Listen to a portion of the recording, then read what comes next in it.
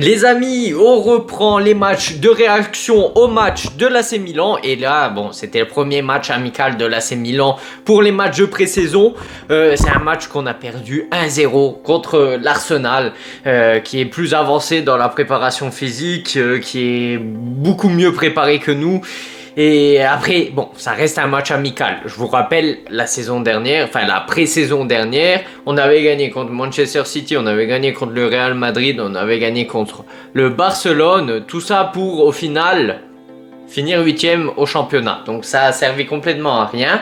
Je dis pas que je suis content d'avoir perdu, loin de là. Voilà, c'était un match très ennuyeux.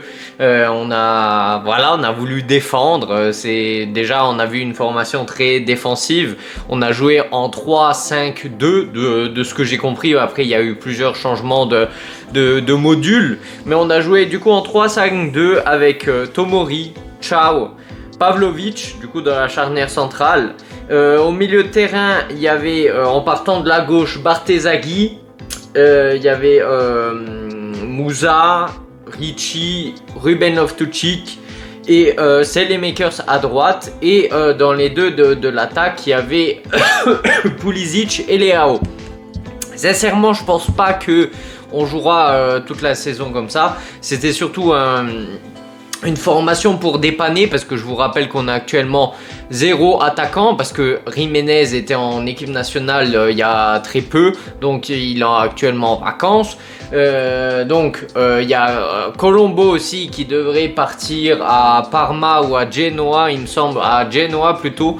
Et donc voilà, c'est pour ça qu'on ne mise pas trop sur lui. Donc on a préféré s'adapter autrement et jouer sans vrai numéro 9. Et on a fait jouer du coup Leao en pointe. Et je pense que Leao en pointe, ce n'est pas du tout son rôle. Pour moi, il doit faire l'ailier gauche. Il est bon pour faire l'ailier gauche, on doit le faire jouer ailier gauche. Mais bon, vu qu'on n'avait pas de vrai numéro 9 à faire jouer, à part Colombo, mais comme je vous l'ai dit, il est sur le départ, Allegri a voulu faire autrement. Donc j'ai noté quelques points un peu négatifs de certains joueurs. Après voilà, on a voulu défendre tout le match. Au début, j'étais quand même assez satisfait de la défense, mais vu qu'on priorisait la défense comparé à l'attaque, forcément on jouait seulement en contre-attaque, et le peu de contre-attaque qu'on a eu, on en a eu 3-4, on n'a pas su les exploiter, et ça se voit qu'il y a un peu de confusion. Les joueurs ne savent pas quoi faire. Il y a beaucoup de joueurs qui n'ont pas souvent joué ensemble, par exemple les Makers. Il y a eu le retour de Loftus-Cheek, ça faisait longtemps qu'il n'avait pas joué en équipe.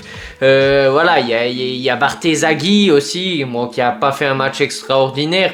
Voilà, il faut s'adapter. C'est un match de pré-saison, c'est un match pour se remettre en forme. Après, voilà, vous le savez très bien, de base, moi je suis quelqu'un de positif dans la vie de tous les jours, mais vous savez que si il faut critiquer, je suis là pour critiquer. Mais là, sincèrement, pour le premier match de pré-saison, je suis pas là à dire Max Allegri out et tout ça. C'est un match de pré-saison.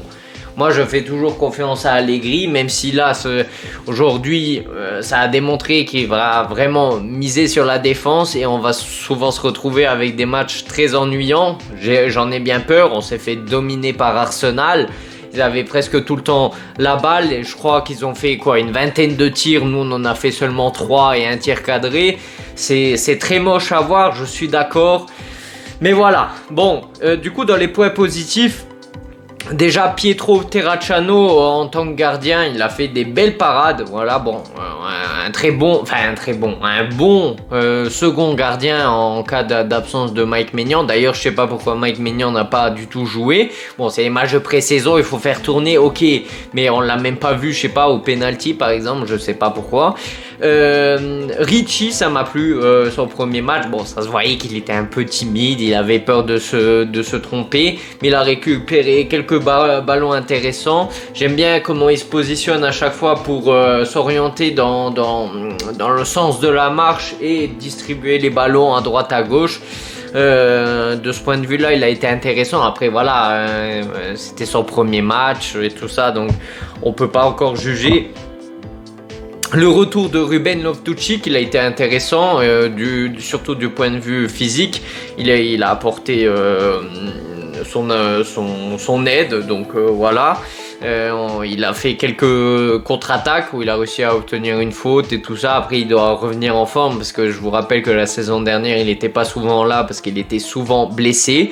Et mention spéciale aussi à Torriani qui a été l'homme du match de l'AC Milan, pour vous dire à quel point Arsenal a été dangereux. Et en plus, Torriani, il est rentré en seconde mi-temps, quoi. Donc, il est rentré à la place de Pietro Terracciano. Et du coup, c'est le jeune de 20 ans. J'ai été voir sur internet, il fait quoi? Dans 1m97, il me semble. 20 ans, je pense que on doit miser sur lui pour le futur de l'AC Milan. L'après Mike Maignan, ça doit être Torriani. Il n'y a rien à faire. Pour moi, c'est un très bon gardien. Il l'a démontré aujourd'hui. Bon, c'est un match de pré-saison, d'accord, mais c'est pas la première fois qu'il me fait une très bonne impression. Le peu de fois, on l'a vu jouer déjà la pré-saison de l'année dernière. Et même, il avait fait une apparition en Ligue des Champions quand Mike Maignan s'était blessé, il me semble, si je me souviens bien. Donc, voilà, pour moi, je ne suis pas étonné. C'est un très bon gardien. Il a fait des très belles parades. Je suis très content pour lui. En plus, il a arrêté 3 pénaltys, oui, parce que en fait, c'était un match de pré-saison. On a perdu 1-0, sauf qu'il y a eu quand même les tirs au but pour faire le spectacle à tous les supporters qui étaient présents à Singapour. Pour vous dire à quel point ils connaissent rien au football là-bas, au point où il faut leur proposer du spectacle. Bon, c'est clair que c'est pas tous les jours que tu vois un match de l'AC Milan à Singapour. Du coup, peut-être ils veulent faire durer le plaisir, mais bon.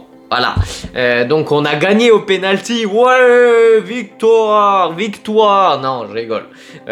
Pour moi, on a quand même perdu, même si on a gagné au penalty. Pour moi, voilà, il n'aurait pas dû avoir les penalties. Mais voilà, c'est déjà pas mal. On l'a vu arrêter 3 penalties et on a gagné 6-5 du coup au tir au but. Dans les points positifs, je vous ai dit quels étaient les points positifs. Dans les points négatifs, Pavlovic, il s'est fait bouffer par les attaquants d'Arsenal. Là, c'était affreux. Et pour moi, il n'est pas à la hauteur. Oui, il peut être intéressant dans certains moments de la saison, mais pour moi, il n'est pas à la hauteur. Moussa, voilà, hein, on est habitué. Je comprends même pas pourquoi Milan ne l'a pas vendu pour 25 millions d'euros à Naples. C'est vraiment honteux. Et Bartezaghi, je le dis souvent, oui, il faut faire confiance aux jeunes. Moi, j'ai l'idée en tête de pourquoi on n'a pas fait jouer Camarda plus la saison dernière et pourquoi. Je sais pas, on l'a pas choisi en doublure cette saison. Bon, voilà, au moins il sera en prêt. J'espère qu'il jouera beaucoup. Mais là, Bartezaghi, pour moi, il n'est pas à la hauteur. Au moins, il doit pas être titulaire de l'AC Milan. C'est pour ça, là, voilà, on a été chercher Estupiñán. C'est très bien, ok. Après, si Estupiñán se blesse, ça sera qui la doublure? Ça sera Bartezaghi. C'est pour ça que je m'inquiète un petit peu. Oui, peut-être qu'il peut être une très bonne doublure, ok. Voilà, de temps en temps, il peut apparaître, il peut faire la doublure.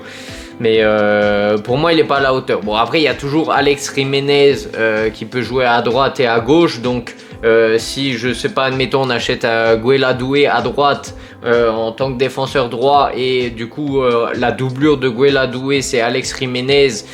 Mais la doublure de Pervis Estupiñán, c'est Bartezaghi. Si Pervis Estupiñán, admettons, il se blesse, on peut faire jouer Alex Jiménez à gauche. Bon, après, c'est un peu du rafistolage parce que voilà, Alex Jiménez, c'est pas un défenseur gauche de métier. Il peut très bien jouer à gauche, mais de base, c'est un défenseur droit. Après, voilà, c'est compliqué de juger un AC Milan où la plupart des joueurs qui étaient sur le terrain sont sur le point de départ. Ils vont se barrer dans un autre club. Du coup, ils se préparent à la prochaine saison, mais alors que ça sera même pas leur futur club, quoi, l'AC Milan. Donc voilà. Et il nous manque plein de joueurs sur le mercato, donc voilà, on va attendre. Voilà, c'est d'où l'importance de faire le mercato le plus tôt possible pour que les joueurs puissent s'adapter, tout ça. Mais bon, voilà, on est obligé d'attendre, c'est comme ça.